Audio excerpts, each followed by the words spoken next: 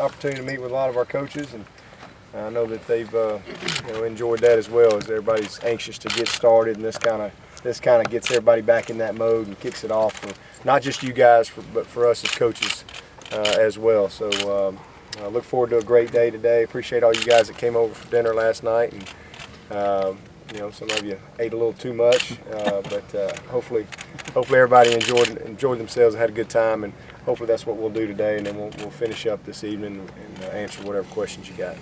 Can you just talk about the excitement, just to get things started? Well, I think every year, this time of year, there's just genuine excitement and enthusiasm from everybody, from the players, the coaches, the fans. I mean, people, let's face it. I mean, we live in the South, and people love college football. I miss it. That's my favorite time of year. I mean, it's really, to be honest with you, it's the easiest time of year for me because there's just so much structure that comes with it. So I really look forward to, the season, and I love being with the players every day. That's the best part of this job, is just being able to be with those guys and be around them and watch them grow and mature. So it's exciting to just kick it off, get started, and then you throw in the fact that we're opening in a game like we have with Georgia. I think that just throws more fuel on that fire. So it's been a fun spring and summer, and hopefully the reports that I've gotten are that our guys have worked really hard this summer, and so I'm anxious to kind of get out there and start evaluating them. Does it help that last year you had a mammoth opponent to open with, so for a second straight year you'll be in that mode, as opposed to if you were playing maybe an FCS school to start out? Yeah, well, and again, every game is huge, and every opening game always presents challenges because you have more time to prepare for that one game than you do any game the rest of the year. So that in itself makes the opening games tough, regardless of who you play. But in this sense, the fact that we were able to play in an environment like the Georgia Dome on that stage against an opponent like Auburn, I thought really added a little bit more, focus, if you will, to the task at hand, because everybody knew what we were dealing with, and the fact that we didn't lose a lot of players. We lost 10 seniors are gone and one junior in Nuke Hopkins, or 11. I think it was 11 seniors and one junior from last year's team. So we have a lot of guys back that hopefully can draw on that experience that they had, because there's the hype machine out there and everybody talking about it and all the publicity that comes with an opening game like that. I thought our guys handled it well, and it's certainly going to have to be that way this year, and really be able to focus on the task, and that's preparation and doing your job and knowing your opponent, and not get caught up in all the other things that will come with this type of game. So, hopefully that experience will pay off for us, but we'll see. You have, and you'll hear questions about Sammy's importance to the offense, but maybe, or Sharon and Martavis, guys like that, as important or more important in terms of their development this season? Oh yeah, no, there's no question. I mean, not just at receiver, but those backs that we have. I mean, we got a lot of guys that we feel really good about, and we love them as players, but it's kind of time for them to take that next step, and a lot of it just comes from opportunity. Nobody's happier to see Nuke Hopkins gone, other than Sharon and, say, Martavis Bryant. Those two guys will probably benefit the most from just more opportunities. Nuke's first-round draft pick, so it's not that they're not good players, but there's just a pecking order, and there's only so many balls to go around. Same thing at running back. You look at a guy like Rod McDowell, who I thought really was his key of a factor for our season last year as anybody. Had some huge moments for us in big stages. And here's a guy that's been behind Spiller, been behind Ellington, been behind Jamie Harper, and it's kind of his time. So, but those guys have got to step up and perform to that level, and so I think they will. Explain some of the advantages of having a third-year starting quarterback as you do, and at the level that he's produced for you for 2 years. Well, just he's got the experience to draw on. He's been there. He's been in the big battles. He's had failure. He's had success. All of those things are important, especially at that position. He understands the system to the nth degree. He's not a guy that's just kind of trying to go out and function, he's functioning at a higher level now because just of his knowledge. He understands our protections.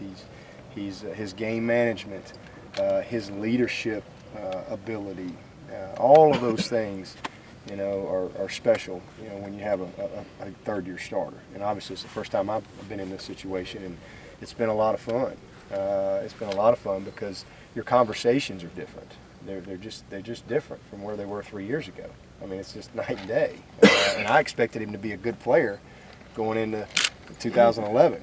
I was excited about him, but I also know from my experience that he's going to do some really good things, but there's going to be, when this season's over, there's going to be a lot to learn from it, and that's kind of been the case. And I think the fact that when you talk to him, when you watch how he interacts with the players, when you see how he understands the game planning and the preparation process, it's just very different as a third-year starter than it is when you're just kind of getting going. It's just a natural process. Did you really throw out the magazine with Taj's picture on it? Oh yeah, in front of the whole team. Yeah, I sure did. Yeah, I mean, I just as a point, because you get into the summer and nobody has anything to talk about, so everybody wants to. And then you get all the magazine season, and all that stuff comes out, and well, they said this guy's this and this guy's that, or this team's this and this team's that, and that stuff is so irrelevant. I mean, it really is. And y'all heard me say it many times. Let's talk about it in November. Somebody asked me a question. I don't know if it was a radio show or whatever. They asked me a question of why I thought Taj Boyd should win the Heisman over Clowney. And I'm like, you got to be kidding me. That might be a fun conversation in November, because then it could be really based on performance and not speculation. So, just making a point to the team that it's what you've done in the past. That's fun for people to speculate because, you're like, okay, well, this guy's, I mean, we all think LeBron should be a good player next year, right? It's easy to speculate that, but he's still got to go do it. You let him come back and dog it out and do all this stuff, well, people be ripping him. And so it's the same thing, for all of us. I mean, you have to go and just stay focused on the formula, stay focused on the fundamentals, and just, try to get better. Draw on those experiences, but understand that there's still that price to be paid for success. You can't just show up and say, hey, I'm Taj Boyd and I threw more touchdowns than anybody last year, and let's go. It doesn't work that way. You have to grind and have that blue-collar work ethic every single day.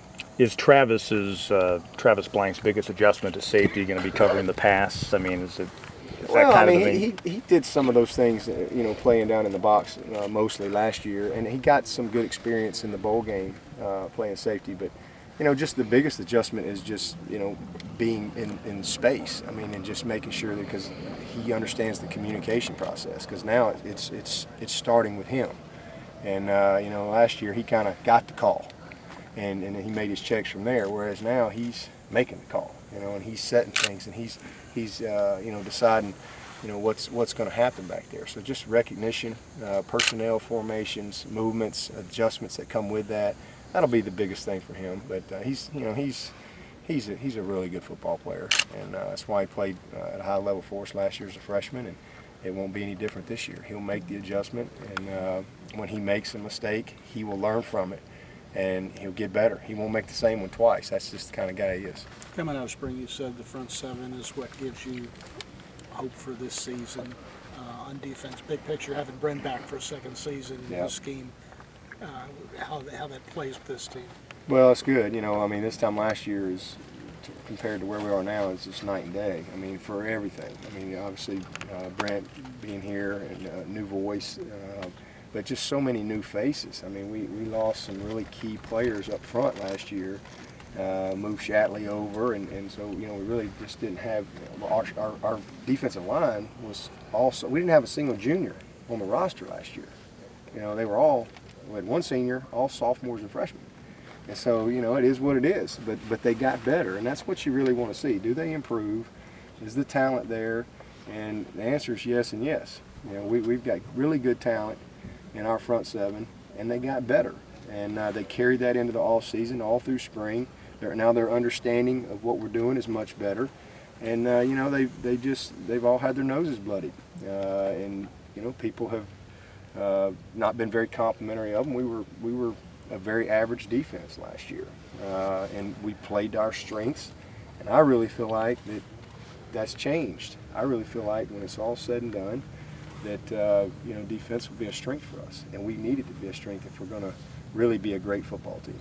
So our front, and it starts in the front seven. I mean, that's to me the most critical area, and I think that we finally got that right combination up front: depth, talent, experience.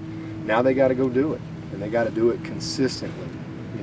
Play in, quarter in, game in and out. Every single week, every single day, just be dominant like I think they can be. Coach, a little bit I've looked at defense. You guys had problems with big plays last year.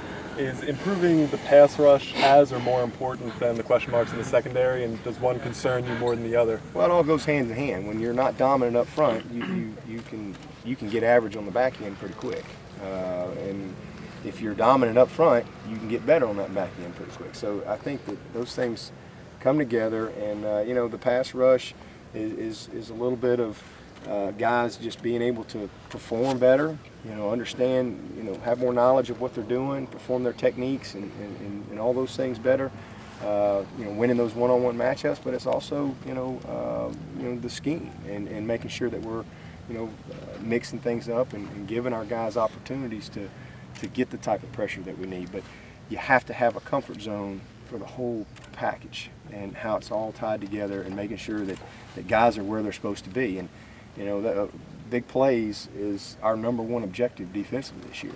If we cut those in half, we're going to be a much better defense. And when you go back and you look at your big plays that you gave up, and then you study those, why? What happened? And we break all that down. And a lot of them were just pre-snap, issues. I mean, the ball hadn't even snapped, and we're basically we're basically beat or putting ourselves in harm's way. So that's where we got to improve, and I really think we will. With having to face an NFL quarterback in the first game and all those new bodies you talked about coming to the secondary that'll add depth, how much of a sense of urgency, though, is there in August? How much leeway can there be because of who you have to go against in that first ball game? Well, I mean, the part of our deal last year in the secondary, I mean, we were very, thin on numbers coming into the season, and then, we lose some key guys. Darius Robinson was out for half the year. Breeland's banged up pretty much all year. You lose Martin Jenkins, he's out for the whole year. So, we signed 8 guys, really like 9, because now you get Martin Jenkins back in that equation as well. He wasn't even a factor in any game. So you got 9 guys added to the mix. We're going to be better. And then you throw in the fact that Gary Peters got a lot of experience. I thought he made one of the biggest plays in the bowl game nobody ever talks about. He knocks that ball down on a slant route in the end zone. If he doesn't make that play, they're not kicking a field goal. And if they're not kicking that field goal, we don't have a chance to win the game at the end. So, Gary Peters, although inconsistent, and he's a sometimer, right now. I need him to be an all-the-timer. But he got better. Breeland just got to be healthy and get his mind back where it needs to be because he's done it. I know what he can do. Martin Jenkins, I thought, was a critical piece of our championship team. He's back. Darius is a veteran guy that should be a factor. So you got some guys, some pieces there. What we lacked last year is we had no competition, and we just didn't have the depth. I mean, heck, we're trying to get a wide out to go over there and get him ready. Hey, cover 1, cover 2, cover 3. Just try to execute at the minimum level to function. And so what I hope we have in our secondary is what we had in our defensive line last year. Competitive depth. And so we're going to get better one way or the other. Iron sharpens iron. And I think we got a lot of iron to kind of rub against each other on the back end. We got 15, 16 guys that are going to be competing for jobs. That's going to get you better. And that's what we just didn't have last year. And so to really have the type of environment that you want in practice every day. So I'm looking forward to seeing those guys improve, and it's going to be a long camp. I'm anxious to evaluate some of the young guys and see who's going to be able to fill in and step up and help us. you know, all bets are off. I mean, listen, y'all know we'll start a freshman. It doesn't matter. The best players are going to that give us the chance to win are going to be the ones that are on the field. But you really hope. I really hope that those veteran guys who are all good enough, I hope that they will seize their moment that they have, and you know, we can bring those guys along. But we'll see. Let's save something for afterwards.